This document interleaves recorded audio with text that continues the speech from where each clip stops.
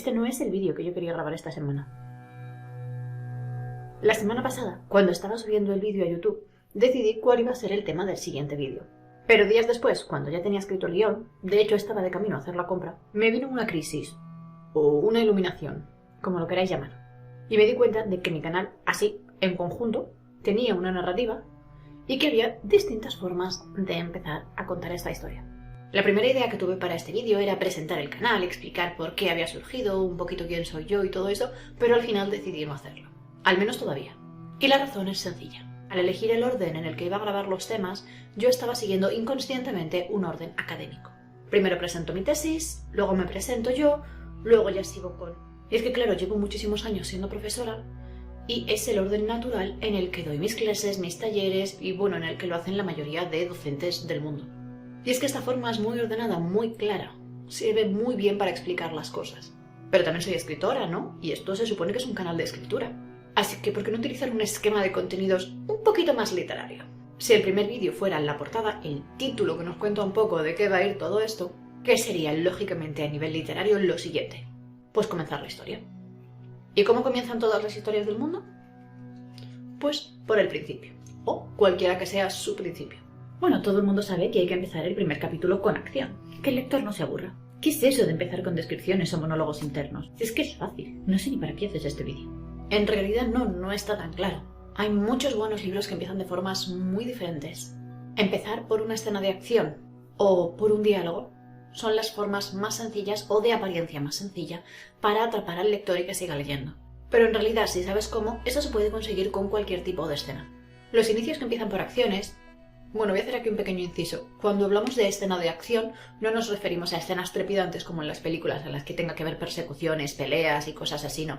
Simplemente son escenas en las que ocurren cosas, en las que los personajes hacen cosas que mueven la trama, ¿vale? Hay acción. Nada que ver, o sea, puede coincidir o no con que sea una escena de acción como comúnmente la conocemos. Entonces, volviendo. Los inicios que comienzan con acciones son muy útiles si lo que queremos presentar primero, aquello a lo que le queremos dar énfasis, es la trama. Se utiliza mucho en novela policíaca, en thriller o novelas de aventuras, donde nuestro gancho, nuestro punto de interés es qué está ocurriendo, es decir, la trama. El asesinato, el secuestro, el motivo que obliga a nuestro personaje a dejar su hogar y vivir aventuras, lo que sea. Es ese punto el que queremos dejarle más claro al lector. Pero eso no significa que sea la única manera de empezar. Los inicios con diálogo molan porque sitúan al lector en la escena a tiempo real, como si acabara de llegar a una habitación. No sabe muy bien qué está pasando, pero ya puede intuir que se cuece algo y quiere pegar la oreja para ver si se entera. Este tipo de inicios se utilizan en todo tipo de géneros, la verdad. Nadie se resiste a un buen inicio con diálogo. Yo misma en Los muertos siempre sonríen comienzo la escena con 2 o 3 líneas de diálogo. Bueno, al menos estamos de acuerdo en que no se debe empezar con una descripción, ¿no? Qué aburrido. No. Tampoco estamos de acuerdo en eso. En general hay como una gran fobia a las descripciones en la literatura contemporánea que nos lleva a describir lo justo y necesario y a veces hasta menos. Que a ver, que yo entiendo que muchos salimos escaldados del instituto. De esos libros de finales del 19, principios del 20, en el que la descripción se alargaba. Y se alargaba. Y se alargaba. Hoy en día ya no se lleva la forma de escribir de Baroja o de Verne. Pero tampoco hace falta irse al extremo opuesto. Una descripción buena, bonita y de la longitud adecuada es la nata de cualquier historia. ¿A quién no le va a gustar eso? ¿A quién no le va a gustar? Vale, entonces, ¿qué? ¿Cómo se supone que debemos empezar a escribir nuestra historia? Vale, ya hemos visto que no importa si empezamos con una escena de acción, con una descripción o con un diálogo. Que todo vale. De hecho, os voy a contar un secreto importante. Las escenas nunca son solo acción, o solo diálogo, o solo... Bueno... Si solo es descripción no se considera una escena porque en las descripciones no ocurre nada y una escena es algo con sentido propio y único, así que no. Vamos, que tiene que tener unidad en sí misma para ser una escena. Vamos, lo que quiero decir es que en la grandísima mayoría de los casos, salvo quizá la literatura más experimental, los escritores metemos en cada escena distintos niveles de los 3 elementos y los vamos entrelazando. A veces pesa más uno, a veces pesa más otro, pero en mayor o menor medida están ahí, los 3. Algunos se habrán dado cuenta de que no estoy incluyendo el monólogo interno, pero es que para mí en estos casos sirve como diálogo, porque es el personaje hablando consigo mismo. A no ser que esté hablando en primera persona, en cuyo caso sí que estaríamos hablando. En resumen, que empieces la historia como más te guste. Pero sí que hay algunas cosas que debes tener en cuenta si no quieres que después de leer unas pocas líneas el lector vuelva a dejar tu libro en el mostrador de la librería o que deje de leer las primeras páginas gratuitas de Amazon, como es más probable que nos pase a la mayoría de los que estamos empezando. Cosa número 1. Elegir la escena o el momento más adecuado. Aunque las escenas aquí son infinitas, no nos vale cualquier momento para empezar. Vamos a evitar las escenas súper rutinarias que no nos cuentan absolutamente nada del personaje. Como decía un profesor de escritura que tuve hace muchísimo tiempo, que el personaje venga duchado de casa. Y es que es un cliché muy de novato empezar la historia con tu personaje levantándose de la cama, yendo a darse una ducha y mirándose en el espejo para... insertar descripción física aquí. Y es que levantarse y asearse es algo que todo el mundo hacemos más o menos igual. No nos da ningún tipo de información. Otra cosa es que muestres la rutina del personaje porque es suya y muy particular. Cuando llueve se moja como los demás. Es decir, a no ser que tu personaje viva en una madriguera antinuclear y que para ducharse tenga que pagar de extraperlo a los vigilantes porque es un lujo reservado a unos pocos, no me lo cuentes. O como mínimo no empieces por ahí. Elige un momento que sea característico de tu historia. Si tu libro fuera una película, esta sería la imagen de apertura. Si sale algún personaje importante haciendo algo importante para la trama, mejor. Imagina que esa escena fuera a ser sola y por sí misma el tráiler de tu película. ¿Cuenta lo suficiente por sí misma? ¿Genera expectativas? ¿Interés? 2. Deja claro cuándo y dónde está ocurriendo la escena. Lo primero que yo haría sería dejar claro brevemente qué es lo que el lector puede ver en la escena, como si se tratara de una obra de teatro y el telón acabara de abrirse. No tiene por qué ser exactamente la primera línea, pero sí entre las primeras.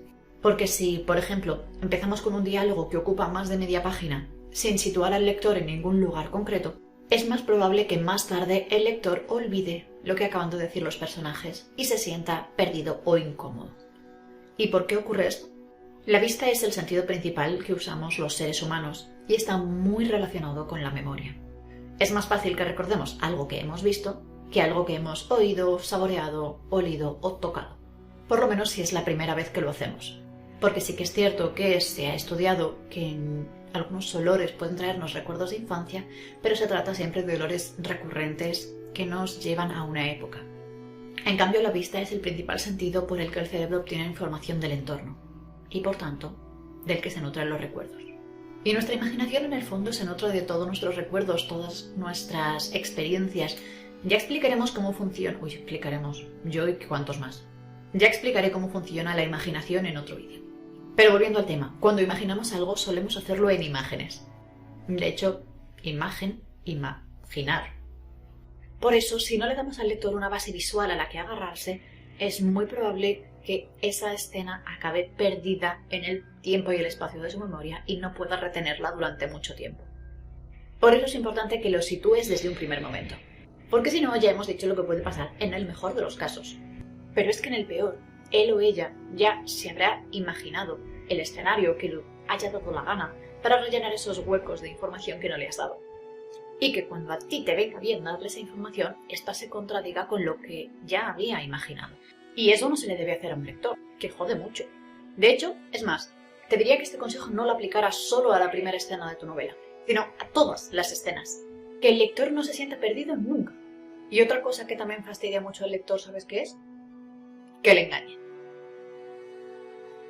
Si yo quiero leer novela rosa, pues quiero leer novela rosa. Y si mañana me apetece policíaca, pues me apetece policíaca. Pero lo que no se puede hacer es que yo quiera leer un romance precioso y me metan ahí un crimen súper sangriento, porque es que no me va a gustar. Por muy buena que sea la novela y por mucho que a mí me puedan gustar las novelas de crímenes.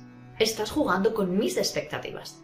A veces confundimos sorprender a los lectores con engañarlos. Pero partamos de la base de que los lectores no son niños, a no ser que escribas cuentos para niños, en ese caso sí. Pero vamos, que este consejo se puede aplicar igual. No le metas un crimen sangriento a un niño. Si tu novela es realista, que se vea realista. Si es fantasía, házmelo saber. Cualquier elemento que se salga de la normalidad debe por lo menos asomar la patita en la primera página. Ya habrá momentos y formas mejores para sorprender. No me pongas magia de repente en la página 80 de una novela que parecía costumbrista porque es que no te lo voy a comprar.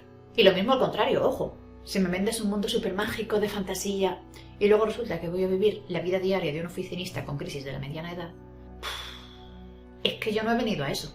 Yo lo que quiero es que ese oficinista descubra que la pluma que le acaban de regalar en la empresa por llevar 30 años trabajando allí es en realidad un objeto mágico que le permite transformarse en un superhéroe para salvar la ciudad con su nueva identidad secreta. Y eso como mínimo.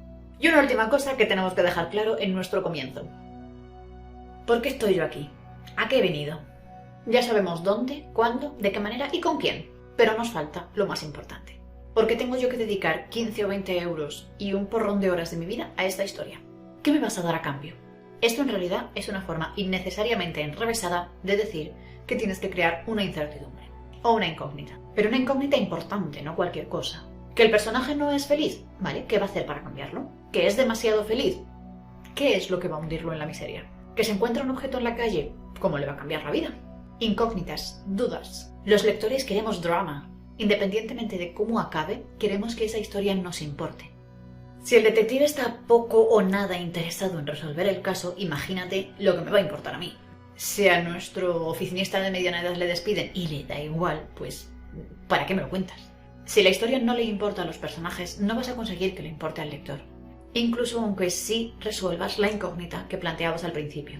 Por tanto, en esta última parte debes generar una incógnita que despierte tanto el interés del lector como de tus propios personajes. Deben estar motivados por buenas o malas razones, pero motivados a seguir con la historia. Ahora vamos a ver un par de ejemplos de novelas publicadas para analizar qué tal son sus inicios. Es una verdad reconocida por todo el mundo que un soltero dueño de una gran fortuna siente un día u otro la necesidad de una mujer. Bien, vale, aún no hemos respondido a ninguna de las preguntas, pero sabemos que es una sentencia sobre el tono y el tema de la historia. Sigamos. Aunque los sentimientos y opiniones de un hombre que se halla en esta situación sean poco conocidos a su llegada a un vecindario cualquiera, está tan arraigada la creencia en las familias que lo rodean que lo consideran propiedad legítima de una u otra de sus hijas. Vale, aparte de empezar a desvelar la incógnita de cuál de las hijas del vecindario va a quedarse con el soltero de oro, por el tipo de vocabulario empezamos a hacernos una idea de la época. Vamos, que siglo XXI no es. Vale, voy a parar aquí. ¿Qué os ha parecido este inicio? ¿Interesante? ¿No? Vamos a ver un segundo ejemplo para poder compararlos. Castillo Drummondine, extremo norte de Escocia, otoño de 1344. Ok, no muy sutil, pero sí efectivo. Sabemos dónde y cuándo estamos. Sigamos. Hugh el bastardo. Esas 3 palabras fueron como una bofetada para Mariota McNichol. Cada una de ellas se alojó en su garganta como lacerantes pedazos de carbón ardiente, mientras observaba desde el umbral de la alcoba de la torre al hombre que amaba más que a su vida misma. Vale, ¿qué está pasando aquí? ¿Qué le pasa a esta mujer? ¿Es el tal Hugh su amante y le acaban de anunciar su muerte? ¿Acaso es el hombre con el que se debe casar pese a que ella ama a otro? No vamos a dejarlo aquí. Sigamos. Ciertamente más que a su propia vida, pues Mariota había aceptado gustosamente el escándalo y la ruina para convertirse en la mujer de ese hombre, y le había dado la espalda a una cómoda existencia para allanarle el camino hacia sus sueños, hacia sus grandes ambiciones. Y ahora Hugh Ailson, bastardo de Drummondine, estaba muerto. Oh, bueno, pues no ha durado mucho. Tampoco lo lamentamos mucho por él, la verdad. Pero tenemos a una viuda de un matrimonio irregular en lo profundo de la Escocia medieval. Auguro grandes dificultades para ella. Los libros que he elegido son Orgullo y Prejuicio de Jane Austen y Hasta que llegue el caballero de Suellen Wellfonder. Una novela que muchos catalogarían de novelita rosa de baja calidad. Pero también os digo una cosa, acusaron de lo mismo Orgullo y Prejuicio en su momento. Ambos me parecen muy buenos comienzos. Sí es cierto que Jane Austen no nos sitúa del todo en el tiempo y en el espacio, pero es que cuando ella escribió esta novela estaba escrita en presente, así que asumía que los lectores sabían un poco cómo funcionaban las cosas de su tiempo. Así que hoy en día los que la leemos tenemos que hacer un viaje mental hacia su época y sacarnos de la manga los conocimientos que tenemos. Por otro lado, Wellfonder hace muy buen trabajo con los puntos que hemos mencionado. Sabemos que se trata de una novela romántica en la Escocia medieval. Por si nos queda alguna duda, tenemos una portada tan simbólica. Quizá lo que se le puede reprochar es un poco la falta de sutileza. Conoce los trucos, los aplica, pero le falta un poco de la gracia que sí he visto en Austen. Pero vamos, con lo que yo quiero que os quedéis de todo esto es que cualquiera puede escribir un inicio interesante si sabe cómo. y también que incluso de la mala literatura podemos aprender un montón. Ya hablaremos otro día de eso de mala literatura y buena literatura porque hay mucha tela que cortar. Si te ha gustado este vídeo, dale a like. Os agradezco un montón si lo compartís para ayudarme a que este canal vaya llegando a más gente. Y si queréis, dejadme un comentario con vuestras preguntas o impresiones. O también podéis dejarme las 2 o 3 primeras líneas de vuestra obra para que veamos si genera intriga, si es interesante. No os entretengo más por hoy, un besazo enorme y nos vemos, creo, la semana que viene. ¡Adiós!